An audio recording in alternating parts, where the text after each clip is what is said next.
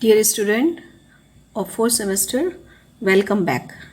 Now I represent a new topic of fourth semester, that is introduction of crop plant. आपके syllabus में ये जो है unit first में domestication and introduction of crop plant के नाम से है, जिसमें अभी डोमेस्टिकेशन पर डिस्कस नहीं कर रहे हैं, अभी केवल इंट्रोडक्शन ऑफ क्रॉप प्लांट पर ही डिस्कशन करेंगे।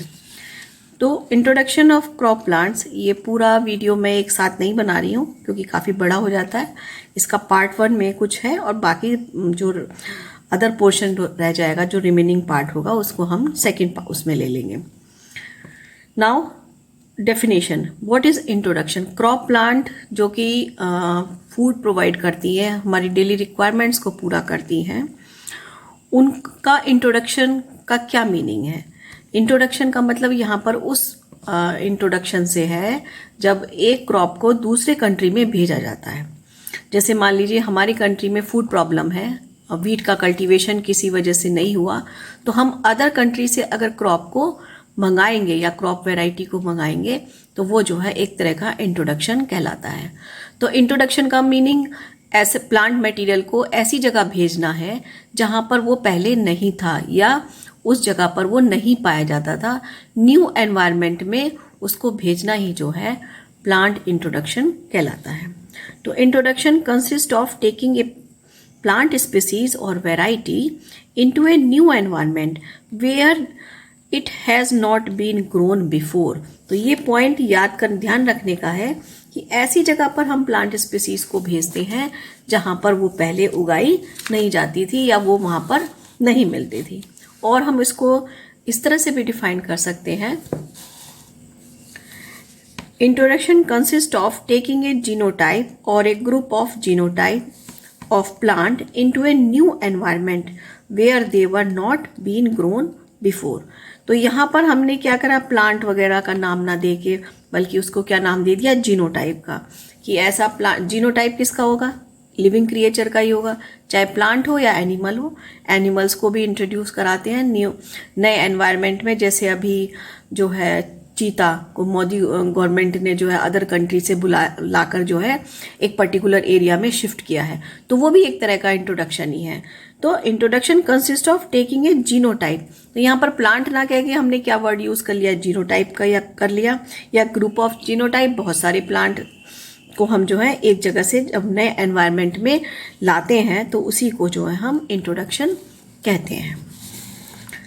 पुराने ज़माने में ये इंट्रोडक्शन कैसे होता था। इन पास्ट, प्राचीन समय की अगर हम बात करें, प्लांट मूवमेंट वाज डन या प्लांट इंट्रोडक्शन में be done by invaders. Invaders वो होते थे आक्रमणकारी, जैसे युद्ध होते थे, एक कंट्री दूसरे कंट्री पर अटैक कर देता था, तो उसके जो सोल्जर्स हैं या उनकी जो फूड थी वो अपने कंट्री से फूड वगैरह काफ़ी हद तक लेकर चलते थे, जिससे उनकी रिक्वायरमेंट पूरी होती रहे।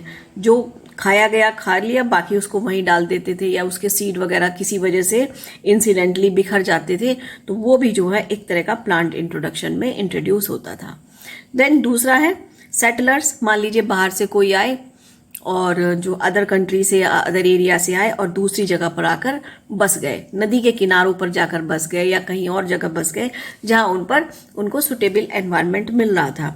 तो इस तरह से बसने वाले भी जो है प्लांट को इंट्रोड्यूस करा देते हैं।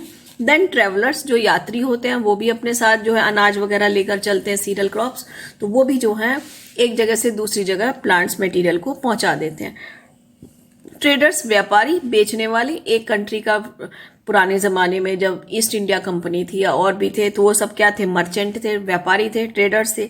वो क्या करते थे, अपने कंट्री का सामान लाकर दूसरे कंट्री में बेचते थे, वहाँ से दूसरी चीज़ ले जाकर दूसरे कंट्री में बेच देते थे। तो ये इनका बिजनेस था। तो इस तरह से ट्रेडर्स भी जो है प्लांट इंट्रोडक्शन का काम करते थे। नेक्स्ट है पिलग्रिज्म।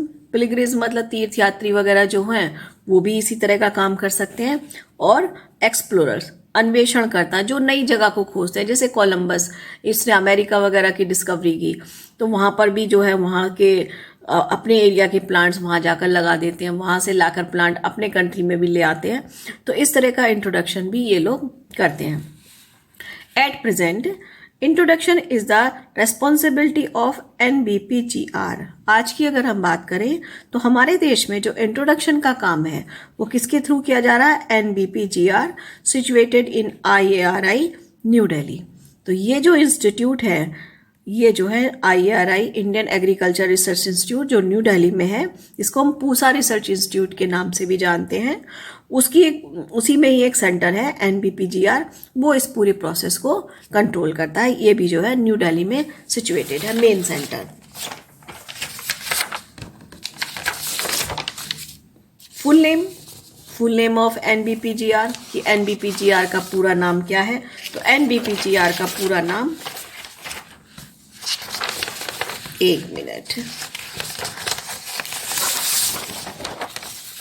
फुल नेम की अगर हम बात करें तो full name of NBPGR is the national bureau of plant genetic resources है। नेम से पता चला, N for national, B for bureau, P for plant, G for genetic और R फॉर रिसोर्सेज, जिसका स्टेशन कहाँ पर है? Main headquarter new Delhi. तो वो जो है इस सबको कंट्रोल करता है। This bureau has 10 regional station. इस ब्यूरो के पास जो है 10 रीजनल स्टेशन भी हैं। और वो रीजनल स्टेशन कौन कौन से हैं? थ्रिसुर जो केरला में है, शिमला हिमाचल प्रदेश में, अकोला महाराष्ट्र में, शिलोंग मेघालय में, भोपाली उत्तराखंड, कटक उड़ीसा में, हैदराबाद आंध्र प्रदेश में, रांची झारखंड में, जोधपुर राजस्थान में और जम्मू कश्मीर में श्रीनगर जगह पर जो है इसके रीजनल स्टेशन मौजूद हैं। इसके बारे में NBPR के बारे में, तो NBPGR कैसे काम करता है, क्या है, इसका एक अलग से वीडियो बाद में बना लेंगे। Then collection of introduction, main है कि जिस प्लांट का इंट्रोडक्शन किया जाना है या जिसको एक कंट्री से दूसरे कंट्री ले जाना है वो कैसा है, कलेक्शन का प्रोसीजर क्या है, कैसे हम उसे कलेक्ट करते हैं। तो इस बेसिस पर देखें तो type of collection for introduction, ये जो है 2 टाइप का हो सकता है कि इंट्रोडक्शन की प्रक्रिया के लिए जो कलेक्शन का काम किया गया है वो 2 प्रकार के या 2 ग्रुप्स में उसको हम डिवाइड करके स्टडी कर सकते हैं। First is exotic collection. Exotic collection को हम EC से रिप्रेजेंट करते हैं, E फॉर एक्सोटिक और C फॉर कलेक्शन। इसका मीनिंग क्या है कि फ्रॉम आउटसाइड द कंट्री, कि इसमें जो इंट्रोड्यूस प्लांट वेराइटी है वो दूसरे कंट्री से आती है, यानी एक कंट्री दूसरे कंट्री को जब प्लांट देता है तो उस तरह का कलेक्शन जो है एक्सोटिक कलेक्शन कहलाता है। ये जो एक्सोटिक कलेक्शन है ये गिफ्ट के रूप में भी हो सकता है, एक कंट्री दूसरे कंट्री को गिफ्ट भी दे सकता है प्लांट वैरायटी का, या फिर उससे परचेज भी करा हो सकता है, या किसी अलग फॉर्म में हम उसको जो है दे सकते हैं। Next is indigenous collection. Indigenous collection को हम IC से रिप्रेजेंट करते हैं। इंडिजिनस मीन्स I और C फॉर कलेक्शन। ये क्या है? From other parts of country और स्टेट ऑफ सेम कंट्री, कि इसमें ऐसा नहीं है कि एक कंट्री से दूसरे कंट्री में कलेक्शन हो रहा है। इंडिजिनस में क्या होता है? अंदर ही अंदर जो है कलेक्शन किया जाता है, यानी कि एक स्टेट का प्लांट वैरायटी अगर दूसरे स्टेट के प्लांट दूसरे स्टेट में इंट्रोड्यूस करा दें या वहाँ पर जाकर लगा दें तो वो इंडिजिनस कहलाएगा। या फिर एक ही स्टेट में एक एरिया की प्लांट वैरायटी को दूसरे एरिया में जाकर लगा दें जहां वो पहले नहीं थी, तो इस तरह का कलेक्शन भी जो है इंडिजिनस कलेक्शन कहलाता है, जब हम इस पर्पस को ध्यान में रखकर कलेक्शन करते हैं। Then type of introduction. Introduction भी जो है 2 तरह का देखा गया है, 2 टाइप का है। एक है प्राइमरी इंट्रोडक्शन और दूसरा है सेकेंडरी इंट्रोडक्शन। प्राइमरी इंट्रोडक्शन और सेकेंड इज सेकेंडरी इंट्रोडक्शन।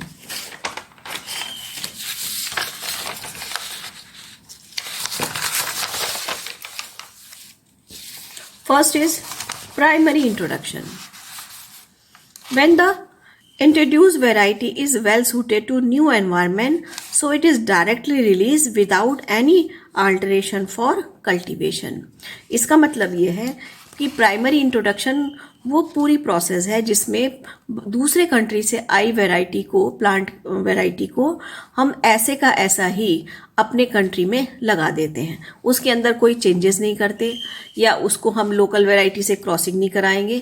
वो जो बाहर की आई वैरायटी है वो ऐसी है कि हमें ये लग रहा है कि ये हमारे जो है एनवायरनमेंट को सूट कर जाएगी या हमारे एनवायरनमेंट में आसानी से ग्रो कर सकती है, तो इसलिए उसमें हम कुछ भी चेंजेस करे बिना हम क्या करते हैं, उसको ऐसे के ऐसा ही एक्सेप्ट कर लेते हैं और अपने कंट्री में यूज़ कर लेते हैं। तो ऐसा इंट्रोडक्शन जो है प्राइमरी इंट्रोडक्शन कहलाता है।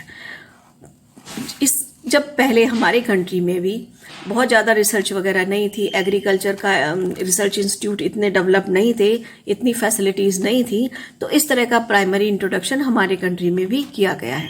वैसे अगर देखा जाए तो प्राइमरी इंट्रोडक्शन बहुत अच्छी प्रक्रिया नहीं है, क्योंकि हमने बिना कोई टेस्ट करे, बिना किसी फ्यूचर को जाने अगर हम किसी प्लांट की वैरायटी को अपने कंट्री में ऐसे ही ग्रो करा लेंगे तो क्या होगा, बहुत सारे फंगस हैं या पेस्ट हैं उस प्लांट वैरायटी के साथ हमारे कंट्री में इंट्रोड्यूस हो सकते हैं। जैसे एक डिजीज़ का नाम है लेट ब्लाइट ऑफ पोटैटो। तो लेट ब्लाइट ऑफ पोटैटो जो फाइटोप्थोरा इन्फेस्टेंस फंगस से होती है, इसको हम आयरलैंड डिजीज़ भी कहते हैं। तो सबसे पहले ये वहीं पर देखी गई थी, लेकिन जब एक कंट्री से पोटैटो ट्यूबर दूसरे कंट्री में इंट्रोड्यूस हुए तो वो ट्यूबर जिनमें फाइटोप्थोरा इन्फेस्टेंस मौजूद था, वो ट्यूबर भी एक कंट्री से दूसरे कंट्री में चले गए। वहाँ पर कोई टेस्टिंग नहीं हुई, कुछ नहीं हुआ, जिसके कारण उनको ऐसे के ऐसे ही बो दिया गया, जिससे नई क्रॉप जो थी, हेल्दी क्रॉप भी उस एरिया में अफेक्ट होने लगी। तो इस तरह से वो डिजीज़ जो है वहाँ उस कंट्री में कभी भी रिमूव नहीं हो पाई और वहाँ की जो हेल्दी क्रॉप थी पोटैटो की, उसने उसको भी इन्फेक्ट कर दिया। तो इस तरह से बहुत सारे पेस्ट हैं, वीड हैं और पैथोजेंस हैं जो इस तरह के इंट्रोडक्शन से एक कंट्री से दूसरे कंट्री में आसानी से जा सकते हैं। तो इस तरह से ये प्राइमरी इंट्रोडक्शन को बहुत अच्छा नहीं माना जाता। दूसरा ये है कि प्राइमरी इंट्रोडक्शन से जो हमने बाहर की वैरायटी को ऐसे का ऐसा ही अपने कंट्री में लगा दिया है, तो कोई ज़रूरी नहीं कि उसके सेम रिजल्ट वहाँ पर भी मिले जो वहाँ के उसके नेटिव प्लेस में थे। मान लीजिए वहाँ पर तो वो बहुत अच्छा ग्रोथ कर रही थी, लेकिन अदर कंट्री में आके उसकी सॉइल बदल गई, उसका एनवायरनमेंट बदल गया।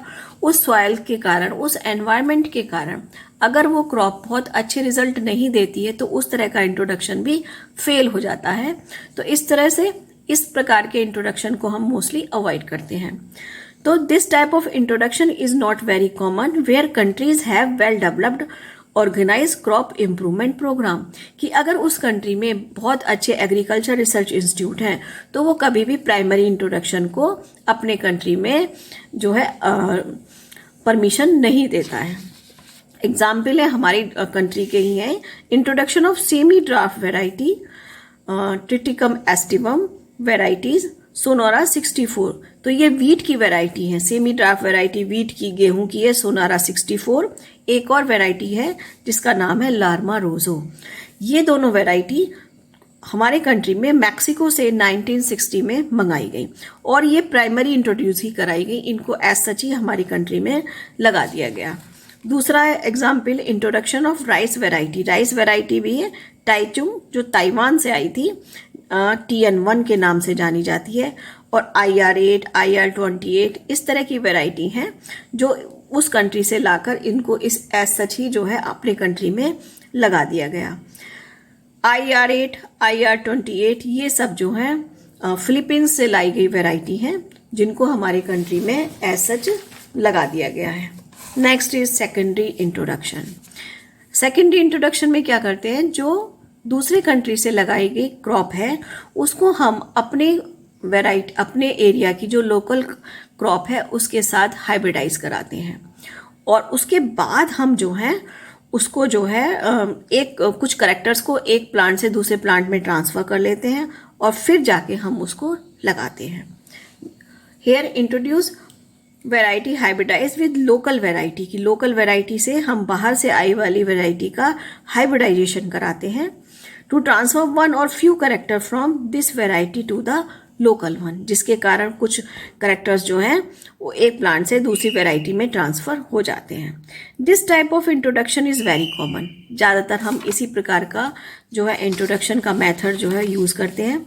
एग्जाम्पल है कल्याण सोना, Sonalika varieties of wheat selected from material introduced from CIMMYT Mexico, कि ये वैरायटी जो है मैक्सिको की थी। इससे जो है कल्याण सोना और सोनालिका वैराइटीज़ को जो है इंट्रोड्यूस कराया गया।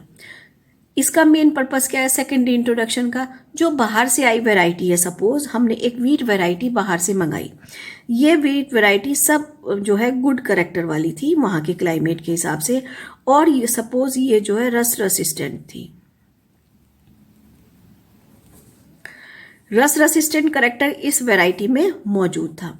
अब हमारे कंट्री की जो वैरायटी है वो बाकी सारे करेक्टर्स उसके गुड हैं, वो अच्छी यील्ड देती है, उसका दाना बहुत अच्छा है, और वो जो है आसानी से ग्रो भी कर जाती है। बहुत ज़्यादा हमें उसके लिए रिक्वायरमेंट की भी ज़रूरत नहीं है, बहुत ज़्यादा फर्टिलाइज़र या वाटर का रिक्वायरमेंट नहीं है, लेकिन ये रस्ट के लिए ससेप्टेबल है।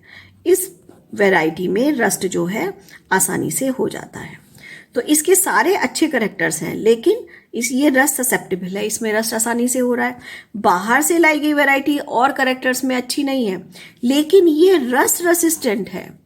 तो रस्ट रेसिस्टेंट करेक्टर को इसमें हम जो है बैक क्रॉस मेथड से जब हम हाइब्रिडाइजेशन बार बार कराते हैं तो इस करेक्टर को हम इसमें 99.99% तक ट्रांसफ़र कर सकते हैं।